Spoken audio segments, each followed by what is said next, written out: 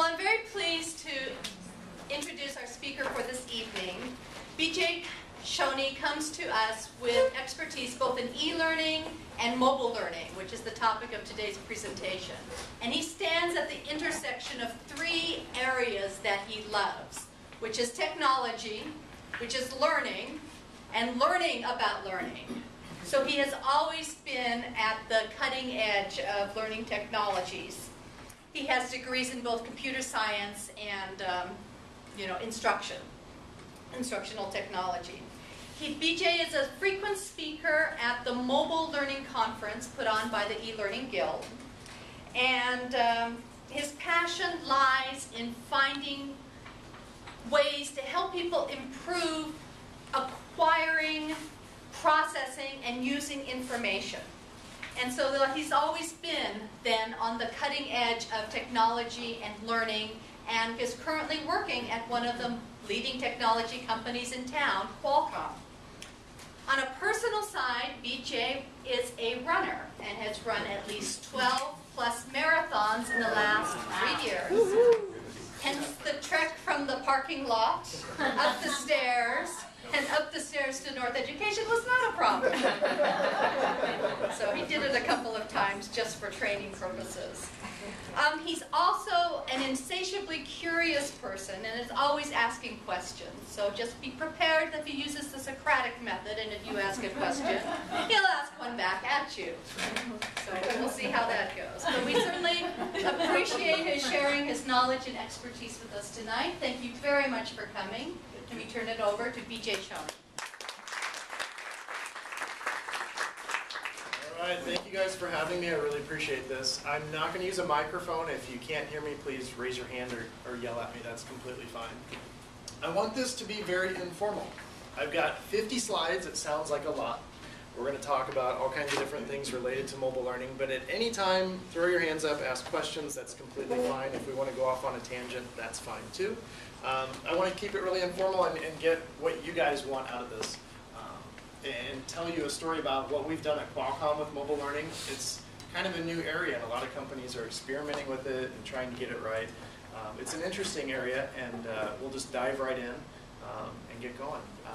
Any questions before we start? Just one thing, we are taping, so we're not doing captioning, so if you do have a question, blurt it out, be loud so we can capture the question. Okay. Where is the camera? It's right there. Oh. All right, here we go. We'll get going. So in my standard slide deck for if I present at a conference, I always do a little song and dance about Qualcomm. And outside of San Diego, it's really easy. I just talk about the things that we do. But in San Diego, there are still some people that think that I sell hot dogs. So I always have to kind of start off with, it's not the case. So Qualcomm, if you guys don't know, we do all kinds of really cool things with wireless technology. We've got tons of wireless products and services, and our main business is designing the chips that go into your smartphones, that power the smartphones like Blackberries and Android devices, and we even have some chips in the iPhone now, which is pretty cool. Yeah, that's right. So I'm going to open it up to you guys just to get going. M-learning is, how would you define M-learning? What are your perceptions about it? Just toss out some words, phrases, ideas. What do you guys have? Self-paced. Self-paced? Accessibility. Accessibility, okay. Able to read the Encyclopedia Britannica on the size of a postage stamp anytime you want to. All right, good. Granular. Granular, okay. On demand. On demand, excellent, excellent. You guys have a pretty good grasp of it, most of you. Exactly, so M-learning essentially is giving people the information they need when they need it and making it easy and fast for them to get to. There are several definitions about what is mobile. I see an iPad here. What do you consider mobile? Is a laptop mobile? Is a Kindle mobile? Smartphones, I think, cell phones, I think that's a given. Those are mobile. I've heard a bunch of definitions, but the definition that I like the most is a device is mobile if you can get information off of it while you're on a subway and you only have one hand free. So I don't know if that's official or not, but I think I like that definition. That seems to make sense to me. If I need something quick, I can just okay, I've got what I need. So that's how I define mobile learning, but of course there's many opinions. mobile learning isn't providing just a ton of information for people to access. It's not paragraphs and paragraphs of information. It's not putting in a 60-minute flash-based e-learning course onto a phone. Nobody's going to sit through that, or very few people are going to sit through that. So there's still a lot of companies that don't understand this. At the Mobile Learning Conference, it was just in San Jose a couple months ago, there are vendors out there that are trying to sell us tools to put these huge courses on phones, and resist it. Please, for the sake of your learners, please resist it, because I just don't think it'll get used. And unfortunately, I think we're going to see a lot of the same mistakes that were made with e-learning. When e-learning first came out and people were designing awful things, not intentionally, but it just came that way.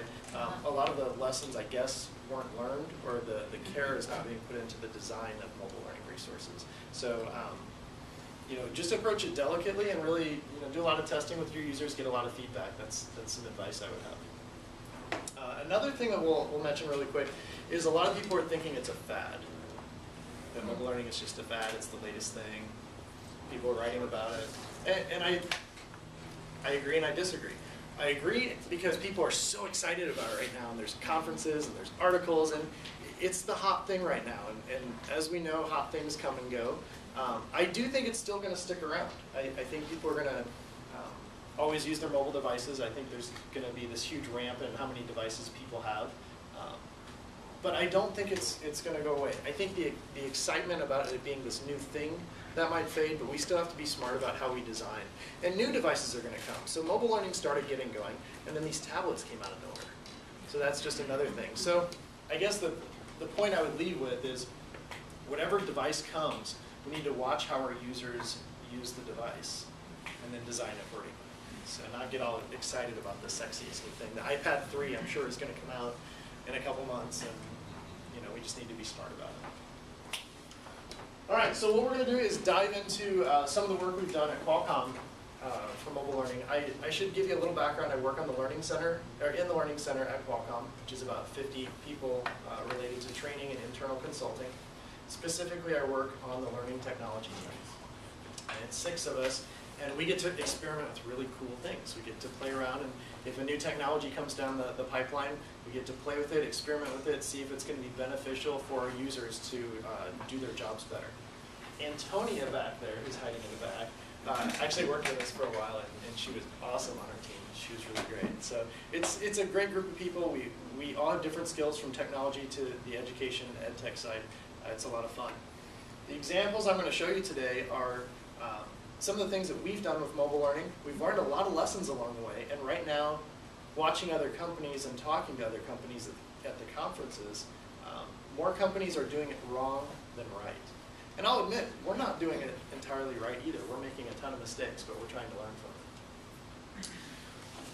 it. We'll dive right in. I'm going to show you essentially these 2 applications today.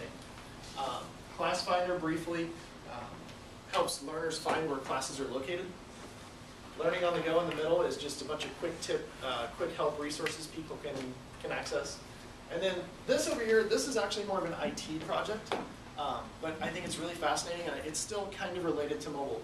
It's our people directory. That's our employee directory that lets you search for people by their name, department, division, location, anything like that. What's starting to get really exciting about people is they're starting to allow us to enter our skills, our interests, our specialty areas. So you talk about people finding the information they need, being able to find the expert that they need. That gets dangerously close into learning and performance improvement, is providing them access to the right data and the right people. So I don't have a lot to show you on that, but that's something our IT department's working on, which is kind of cool. I have an IT doing a project that's sort of related to learning. So. All right, we'll dive right in. Class Finder. So funny story about Qualcomm is that we have 35 buildings, I think, in San Diego, and they're named with letters. So you'll hear, I'm in building AR and I have a meeting in P. So you've got to figure that out. And we have clusters of buildings too. We have these, small campuses, if you will. Well, the Learning Center puts on hundreds and hundreds of classes every year, and our engineers are really busy people, and they might end up with a half of their day free if meetings get canceled or something. And they may not know that there are some really great classes in the building right next door to them. So I started kind of playing around. I knew with mobile devices we have this new, what's unique about these compared to like an e-learning course? Well, something that's unique is location. The device knows where we are, right? Well, the cool thing about these devices is they actually provide latitude and longitude coordinates. So that's something that you can tap into and actually use for something. So what I did is I took this listing of our buildings, which have also geographical coordinates, and then I tapped into our LMS and got the list of classes and what buildings they're in. And I made an app called the Class Finder. And I didn't even think. I have a little VPN key I should have brought so I could show you on my phone. So I apologize, I'm not doing a live demo. You pull this up on your phone, it does an analysis, it finds your position, finds the nearest Qualcomm buildings, finds the nearest classes that are coming up starting today or after today, and shows you a list so you can see which buildings are closest. This is just a screenshot. Which classes there are. If I were to click on a building, it's going to show me in building N, these are the classes that are coming up. And then if I were to click on any of those classes, it gives me a description, the location, the date, description, and register now button. So this gets into a weird area, right? Because is this learning? It's providing, I can see that. She's saying, yeah, I can see that. This is giving access to learning materials. So we're kind of enabling, it's on the edge there, right? I will admit that. And we're still experimenting. Like, our engineers, for a lot of their jobs, they're in really, really deep code, deep network architecture diagrams. I don't know if we'll ever get that stuff on a mobile device. But there's a lot of peripheral, helpful things that I think we can provide. And this is what I think we're going to learn over time. What's helpful, what's not. What is our responsibility in the learning and HR function, and what is IT's responsibility? So a lot of our projects have been prototypes. They've been experiments. We want to see what we can do. So this was my first shot at anything geolocation based. So this was an experiment. It works. I was kind of happy with it. Where does the course description come from? Does it come right out of your LMS? Comes from LMS. Yep, it's all live data. Yep. And how is the information accessed? Is it with a reader or is it? So this just registers you for the class. So once you're registered, you would then go, you'll get an email that says you're signed up for this class, and that way you're. So all this is doing is really just kind of registering. It's a registration system.